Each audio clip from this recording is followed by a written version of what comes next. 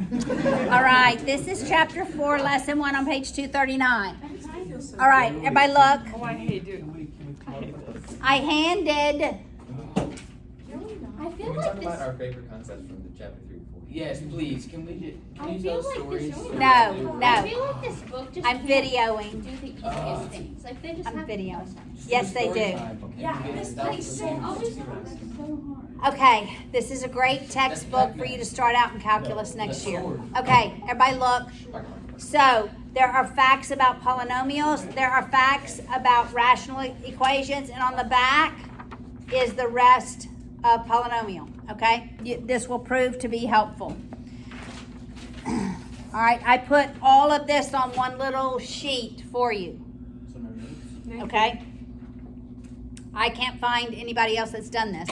I should sell this. No, that was just an aside. Okay. I know. All right. Look what is a polynomial? Okay, let's first define what a polynomial is.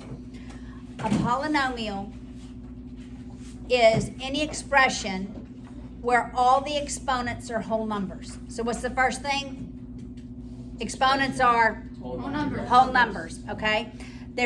So that's one thing. Exponents, whole numbers. No variables in the denominator. No variables under a radical. So, in order for it to be a polynomial, we must have whole exponents, whole number exponents, no variable in the, and no variable under the, okay. All right. All right, so, is that a polynomial? No.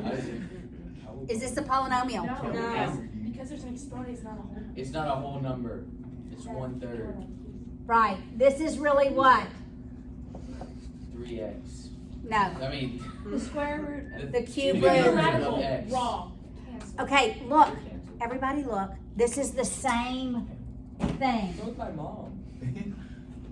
So, when it says no x under a radical, that's the same thing as an x to a fraction.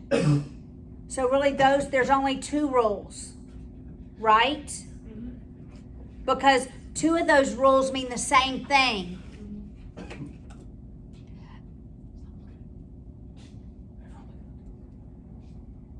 Two of those rules mean the same thing. What two rules mean the same thing? Laura? That all exponents have to be whole numbers and they're radical. That's correct. They mean the same thing. So there's really two rules. No variable under a radical, no variable in the denominator.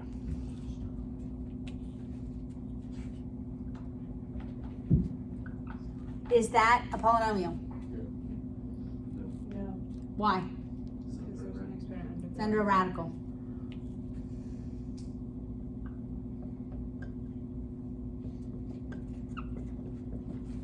Is that a polynomial? Yes. Yes, it is.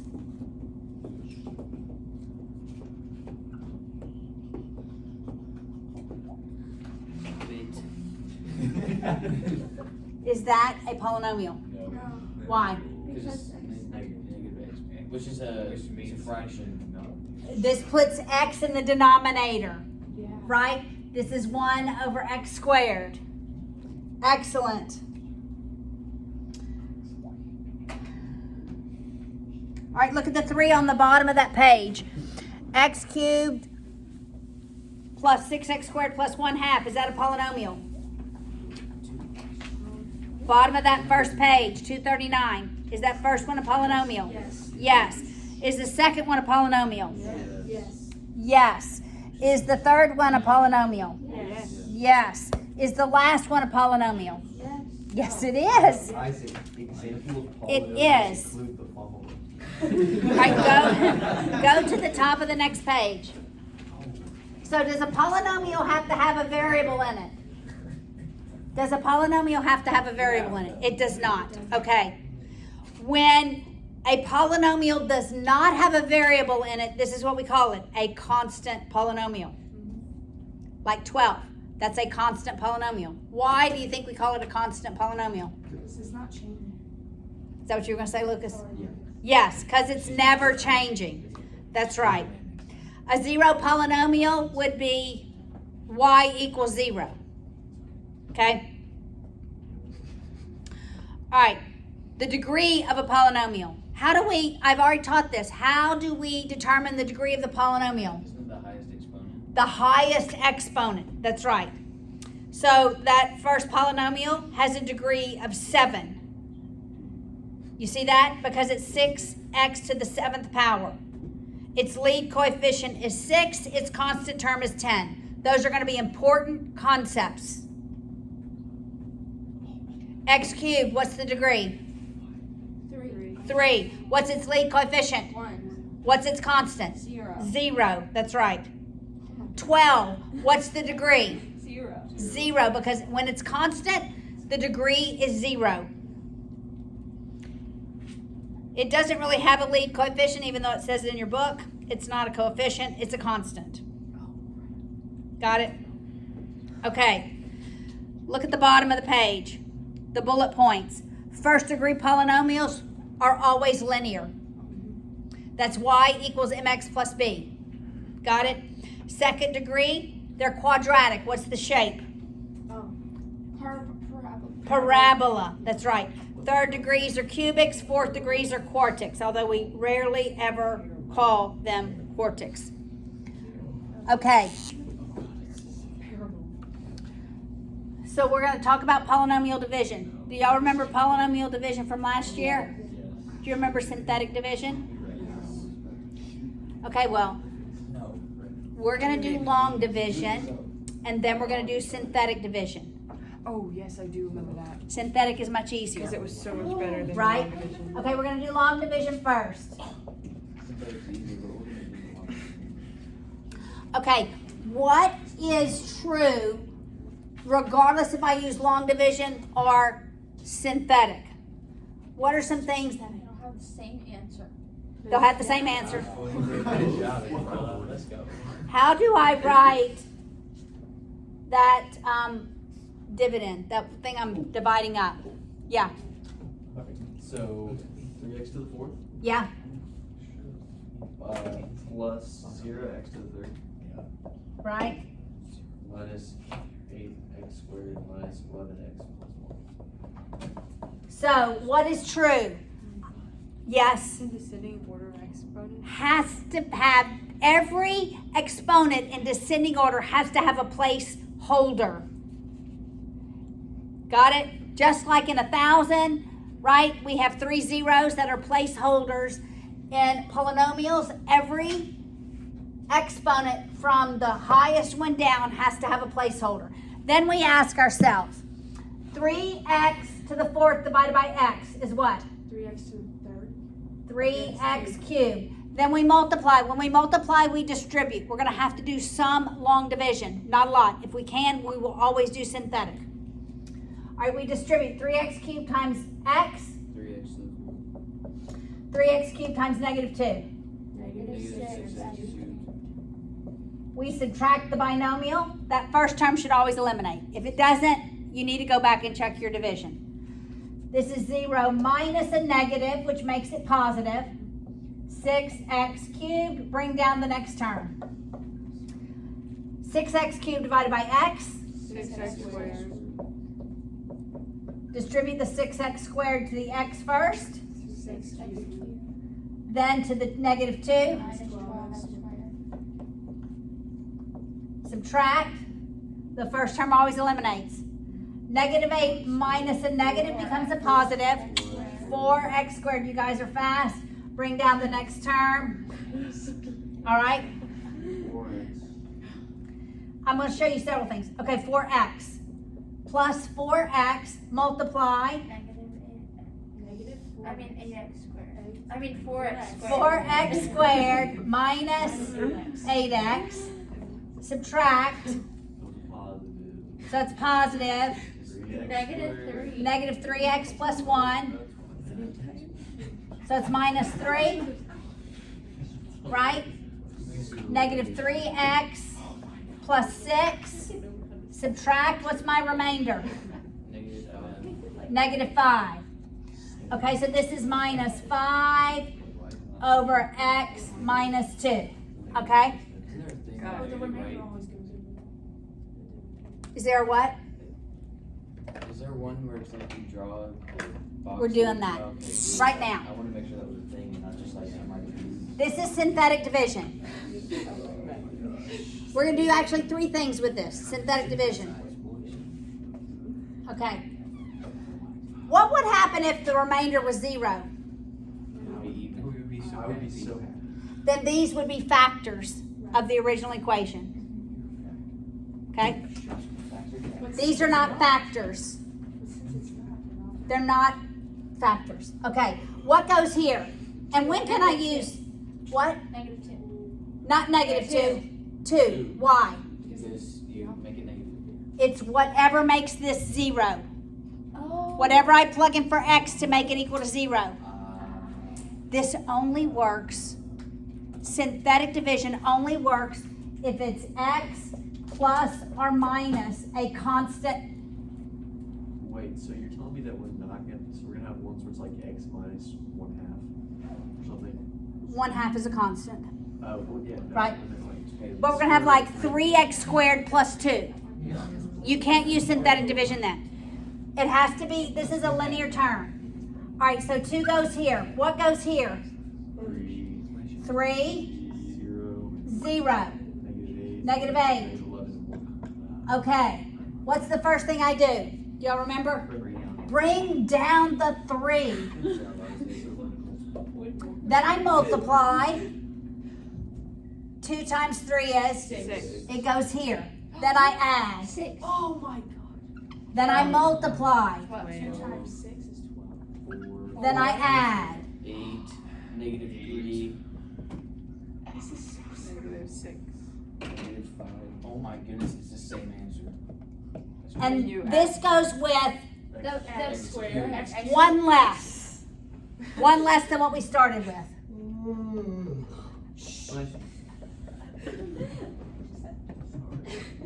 It's not okay. My life is so complicated. Yeah, it is. Okay. That is so much easier. Yeah, So why if don't we it's do 0 at the end, then that means there's no remainder. No, kidding. Correct. Yes. Can we execute it? Okay. Everybody listen. I'm going to teach you one more thing. It's called the remainder theorem. So we're going a little out of order, all right? What was the remainder? The remainder is 5? -5. I could already know what the remainder is. What? Okay. Everybody watch. First term was like. Everybody watch. I take the original equation. Are y'all watching? We're going to prove something. The remainder theorem. If I plug in the 0 of what I'm dividing by here, it's going to give me the remainder. So what did we do? That's 2. All right, so let's do it. It's 3 times 2 to the 4th power minus 8 times 2 squared minus 11 times 2 plus 1. What's 2 to the 4th power? 2, 4, 8, 16. 16 times 3?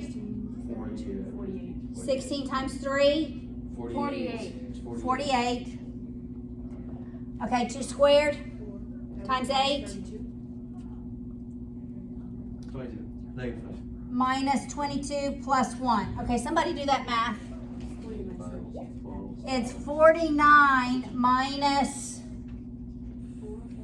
54. Which is -5. Wow. Whoa. God. Miss Paul, Yes. do you think regular division or synthetic division is better? Like which way? Synthetic, if I can. Yeah, why would you ever do long division? To Okay. be honest, I think that no division is better. I think the Guys. answer is better. Why would we do that if we're just gonna get the remainder I answer? agree with that. Because there are going to be questions that ask you, is this a factor of this? Do you know how I know this is a factor of this? If the If remainder the is zero. remainder is 0. How'd you know? Because she said it earlier. Okay? Anyways, All right. let's go. So all right, there we go. Well, guess what they teach next? Synthetic division. Let's do example 2. We're just gonna do synthetic division, but we know how to do it. All right, what do I put in the backwards L? For example, 2. Oh, for example. What? -3. Correct. Okay, what do I put across here? 1, 1, 5, 5, 6, 6, negative 1, -1, 4, 4, 29. 29. Whatever's here ends up being my remainder. Okay, I bring down, multiply, add, multiply, add, multiply, add. Okay, bring down. Now I multiply 1 times -3. -3. Then I add. It's 2. Then I multiply. -6. Then I add. Then I multiply. 0, Then I add. negative 1, Then I multiply. 3, negative 4. Oh, wait, 7. You added? Oh, Are you following me? Everybody following? yeah. 7. Then I multiply. 21, Then I add. 7, I think it's 8. 8. It is 8. Okay, what does this go with? X to the 4th. 4th. I don't have to write 1. Plus 2x cubed. Do I have to write squares? No. No. -X. Minus x Plus 7. plus 7. Remainder of 8 over x plus 3. Is it a factor? No. It's not a factor. Yes, ma'am. No, we already had a break. Okay, Why did you go then? look at example 3. This is not going to be too much longer. Let me just look real quick. Yes, just do it quietly. Go ahead. Go ahead. Go to Okay. the part now. Everybody listen. Okay, listen. I've already said this. When I divide and I end up with a remainder of 0, then what do I know? It's a factor. Both of my quotient and my divisor are factors of what I'm dividing up, the dividend, right? The divisor and the quotient. Okay, so here's the dividend. Here, I better write this out. The dividend. No, that's the divisor, Paula. This is the divisor. I knew that. No, this is the dividend. This is actually on video. This is my divisor. I knew this. I don't know why. And this is always the quotient. All right. When my remainder is 0, then that times that equals that. Got it? All right. So let's just think about this. X squared plus 2x plus 1. What are the factors? X plus 1 times x plus 1, right? If I would have written x squared plus 2x plus 1 divided by x plus 1, it would be x plus 1. My remainder would be 0. Are you following this? Yes, ma'am. Okay. If I plug in -1 to this equation, what am I going to get? Well, let's do it. Okay, what's -1 squared? 1. 2 times -1. What does it equal? 0. 0. So when I plug in the 0 of my divisor into the dividend and the result is 0, that means this is a factor of this polynomial. Okay, does that make sense? All right, so that's exactly what we're doing in example 3. Factors determined by division.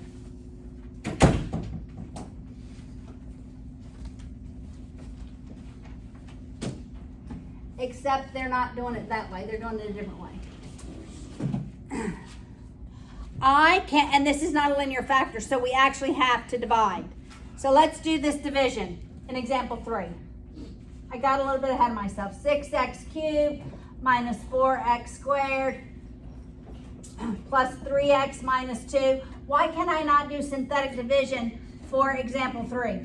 Because it's 2. My divisor is not linear. It's an x squared. It's a parabola. All right, 2x squared divided by 6x cubed. 3x. Distribute it. 3x times 2x squared 6x squared. cubed. 3x times positive 1. 3. Yes, positive 3x. Subtract. What do I have? Negative 1 and, oh, sorry, instead of x. 1, just X. No. Oh. Minus the positive is a negative. Don't forget that. Minus 7x. Bring the next term down. Negative 7x. Negative. Wait, what? Oh, That's squared. 14x. Yeah. Wait. Just a minute. Just a minute. Oh, I wrote it under the wrong term. It's plus 3x. There we go. Subtracting. What happens to this term? 0x. So this term eliminates, this term eliminates. Bring down negative 4x squared and bring down negative 2.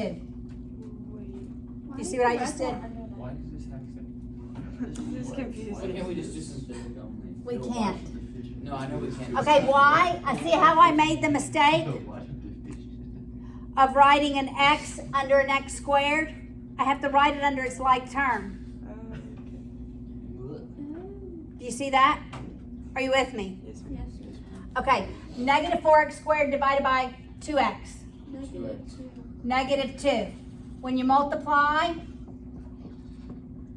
so you get a remainder of 0. So what can we say? They're factors. They're factors. So, okay, this is going to be so important because we're going to have to factor and come up with all the solutions algebraically and not do second trace 0 in our calculators. Okay? So what I can say is, everybody listen, 2x squared plus 1 times 3x minus 2 equals what I'm dividing up. Okay? You got it? All right, next is the remainder theorem, which is where I had jumped to. That's where we plug in the 0 of your divisor into the dividend and see if the result is 0. All right, so look at example 4. It says, find the remainder when x to the 79th plus 3x to the 24th plus 5 is divided by x minus 1. Okay, I'd never want to do synthetic division because I would have 80 places. That's just crazy. So what do I plug in here? 1. I plug in positive 1. What's 1 to the 79th? 1. What's 1 to the 24th? 1. What's the remainder? 9. 1 plus 3 plus 5. 9. It's 1. So it's not a factor. So it's not a factor. All right, let's do example 5. That's all you have to do. That's it.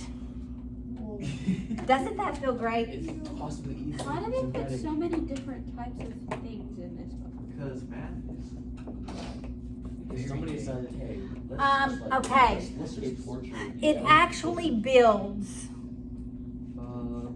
So this is, we're going to end up having to ask, what are all the zeros of this?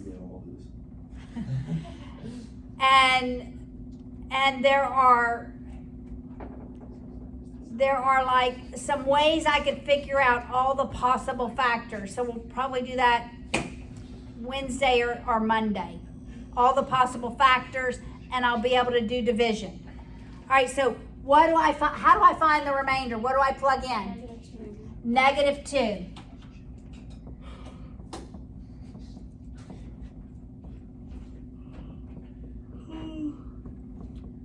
What's negative 2 to the 4th power? Negative 16. Positive 16. There's 4 negatives. Got it? What's negative 2 squared? 4. This is 22, negative 22. All right, what's 3 times 16? We said 48. Minus 32, minus 22, plus 1. We just did that one. The remainder is negative 5. We just did that one. It's the same as the first one. Okay. All right, are y'all with me so far? You with me? Is it break time? No, it's not. All right. So we've done the remainder theorem. What does the remainder theorem say? If I have a linear factor, x plus or minus c, I plug in what makes that linear factor 0 into the equation. The result is my remainder, right? Look what the factor theorem says. The factor theorem says that if I'm dividing by a linear factor, and I plug that 0 in to the equation, what's the result going to be? 0. Right? If I plug the 0 in and I get a number, then that's the remainder. If I plug that value in and the result is 0, then we know that that binomial is in fact a factor. So for that, do they just want us to figure out if it's... Is it a factor or not? But do they want us to find the factor? They're not asking you to find the factor. They're asking you, look at example 6. 50 shot. Show that x minus 3 is a factor of that polynomial. How do I show that? Remainder theorem. I'm plugging the solution in to that binomial, which is 3, into the equation. So it's 3 cubed minus 4 times 3 squared plus 2 times 3 plus 3. What's 3 cubed? 27. 27. What is 3 squared times 4?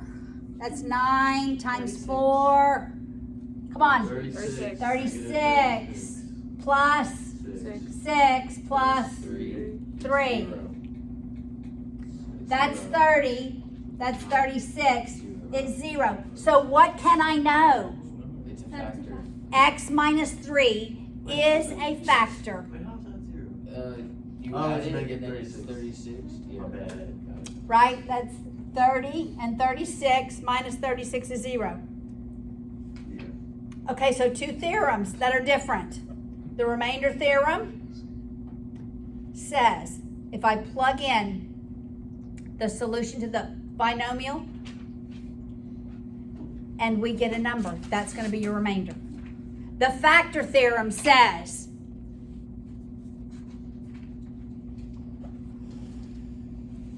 Oh, you want to say... no, I'm trying to get everybody's attention.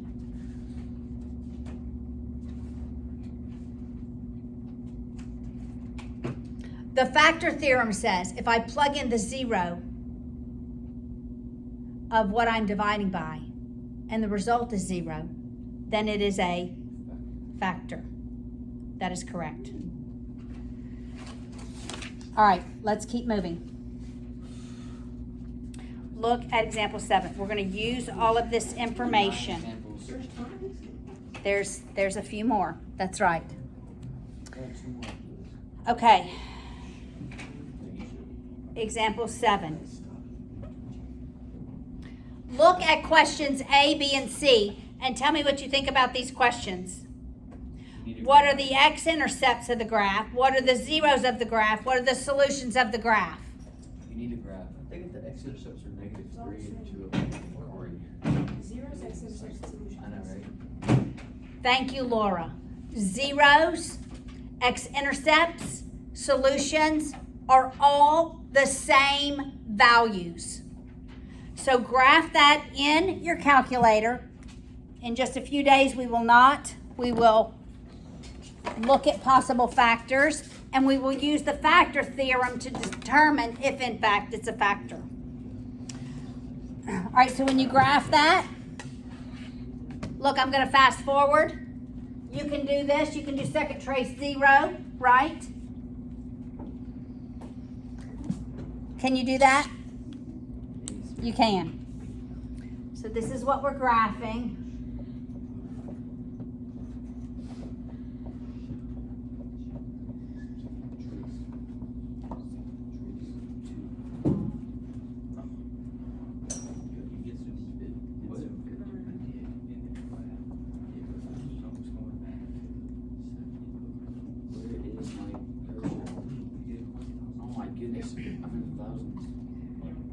All right, stop your calculators because I want you to look on the board. I'm gonna finish this video. This is what your x-intercepts will be. You do second trace 0. This is what you get. Okay? All right. The linear factors then of this equation are, it's x minus the c, whatever that is.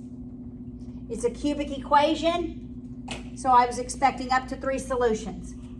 So it will be x plus 3. If these are my zeros, here's my factors.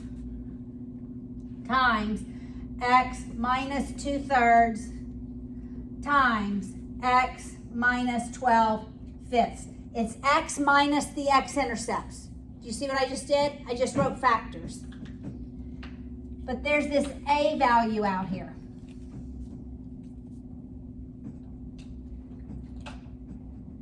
Because I must be able to multiply all the first terms and get 15x cubed. Everybody look at the board. Can I multiply these first terms and get 15x cubed? No, it's just x cubed. Yeah, no. Okay, but I taught you last year. Remember this goes here? Right, so that it's x plus 3 times 3x minus 2 times 5x minus 12. Yes. Do you remember how I taught you that? That'll get you 15. This will give you 15. Yes. When I did it in the calculator, I got 2.4 instead of 12/5. How do you not do the same thing? Well, I mean, but when you do that, it wouldn't work. That's probably the same thing, but But it wouldn't work when you did that. yeah. However, would I take x minus whatever, 2.4? Probably so, but yeah, you got to figure out. This is 2.4 over 1.0, which is 24 over 10. Both divisible by 2, 12 over 5. Okay, you see how you get there? I can write anything over 1. And I just line up the decimals. Okay, so, guys, if I find the zeros, I can find the factors. Got it? Also, if I am, look at example 8. If I am given, it says find 3 polynomials of different degrees that have these as zeros. So here's my zeros.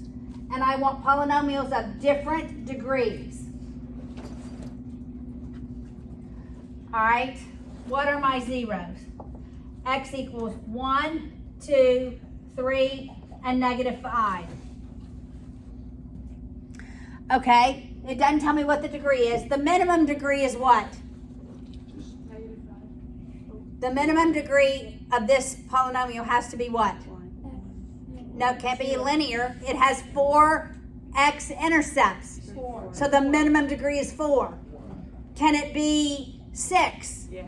Yes. Can it be 8? Yes. Probably not 5. We could make it 5. Could be 2. It cannot be 2. All right, I need y'all to pay attention now.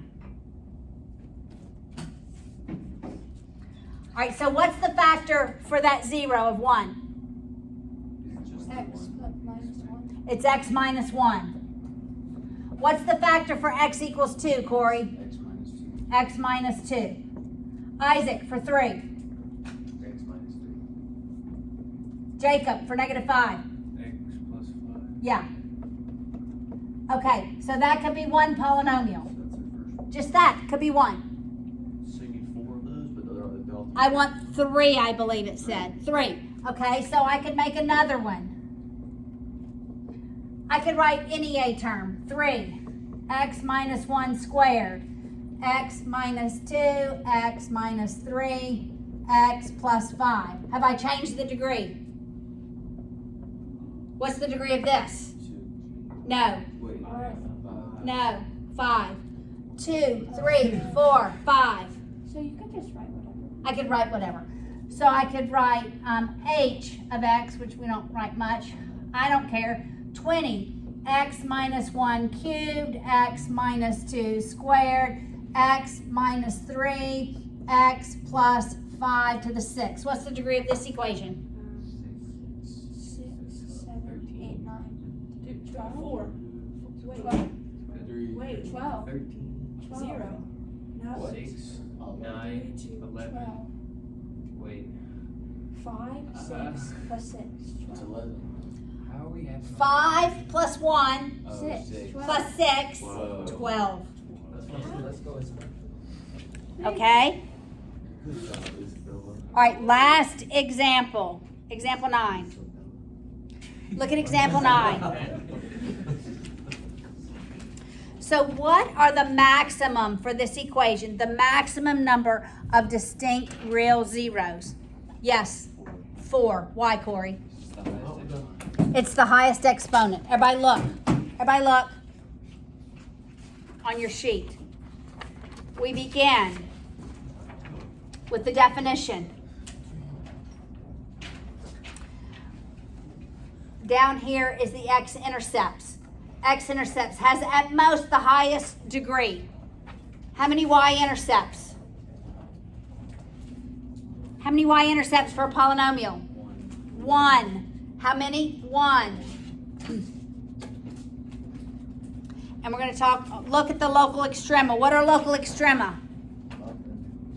Nope, they're the max and mins. Yes, yes. That's correct, max and mins.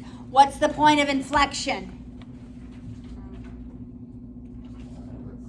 Or the concavity. Where it changes concavity. What's the point of inflection? Right, but how do I calculate it? Min plus max over 2. That's right, it's the midpoint of min plus max, okay?